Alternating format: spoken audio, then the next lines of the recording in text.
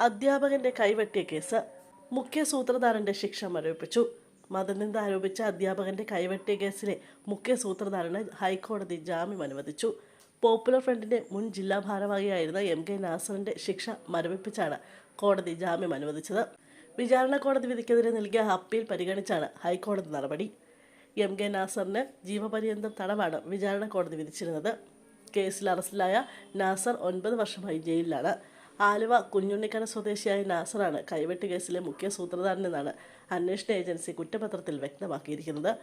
കൈവെട്ട് സംഭവത്തിൽ ഗൂഢാലോചനയിലടക്കം പങ്കുണ്ടെന്നും കൃത്യത്തിന് വേണ്ട വാഹനങ്ങൾ സംഘടിപ്പിച്ചതും ആളുകളെ റിക്രൂട്ട് ചെയ്തതും പോപ്പുലർ ഫ്രണ്ട് മുൻ ജില്ലാ ഭാരവാഹിയായിരുന്ന നാസറാണെന്നാണ് അന്വേഷണ സംഘത്തിന്റെ കണ്ടെത്തൽ. 2010 ജൂലൈ 4-നാണ് ചോദ്യപേപ്പറിൽ മതനിന്ദ ആരോപിച്ച് തൊടുപുഴ ന്യൂമാൻ കോളേജിൽ അധ്യാപകനായിരുന്ന പ്രൊഫസർ TJ ജോസഫിന്റെ കൈവെട്ടിയത്. മൂവാറ്റുപുഴ ഹോസ്റ്റൽ പടിയിലുള്ള തന്റെ വീട്ടിൽ നിന്നും അമ്മയ്ക്കും സഹോദരിക്കുമൊപ്പം കാറിൽ പള്ളിയിലേക്ക് പോകുന്നതിനിടെയാണ് ഒരു സംഘം ആളുകൾ ജോസഫിനെ ആക്രമിച്ചത്. 7 പേരടങ്ങിയ സംഘം ജോസഫിനെ വണ്ടിയിൽ നിന്ന് വലിച്ചു പുറത്തിറക്കി തലങ്ങും വിലങ്ങും വെട്ടി. രക്ഷിക്കാൻ ഓടിയെത്തിയ മകനെ 20 അടി താഴ്ചയുള്ള സ്കൂൾ കോമ്പൗണ്ടിലേക്ക് എടുത്തെറിഞ്ഞു. ജോസഫിനെ നിരത്തിലേക്ക് വലിച്ചിട്ട് കൈകൾ റോഡിൽ ചവിട്ടിപ്പിടിച്ചാണ് വലത് കൈപ്പത്തി അക്രമി സംഘം മഴ ഉപയോഗിച്ച് മുറിച്ചു മാറ്റിയത്.